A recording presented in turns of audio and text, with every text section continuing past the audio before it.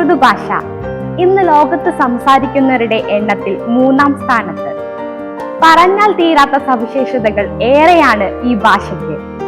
Urdu Indian ചരിത്രത്തിന്റെ, സംസ്കാരത്തിന്റെ, സാഹിത്യത്തിന്റെ ഭാഷ. മുഗൾ ചക്രവർത്തിമാരുടെയും ടിപ്പു സുൽത്താന്റെയും കാലഘട്ടത്തിലെ ഭാഷ. ഇന്ത്യൻ സ്വാതന്ത്ര്യ സമരങ്ങൾക്ക് ശക്തി പകർന്ന ഭാഷ. സാരേ ജഹാം സെ അച്ച ഹിന്ദുസ്ഥാൻ ഹമാര എന്ന ദേശീയ ഗീതം എഴുതപ്പെട്ട ഭാഷ. ഗാന്ധിജിക്ക് ഏറെ പ്രിയപ്പെട്ട ഭാഷ. ജവഹർലാൽ നെഹ്റുവിന്റെ മാതൃഭാഷ. ഗസൽ എന്ന സംഗീത ലോകത്തിന്റെ ഭാഷ.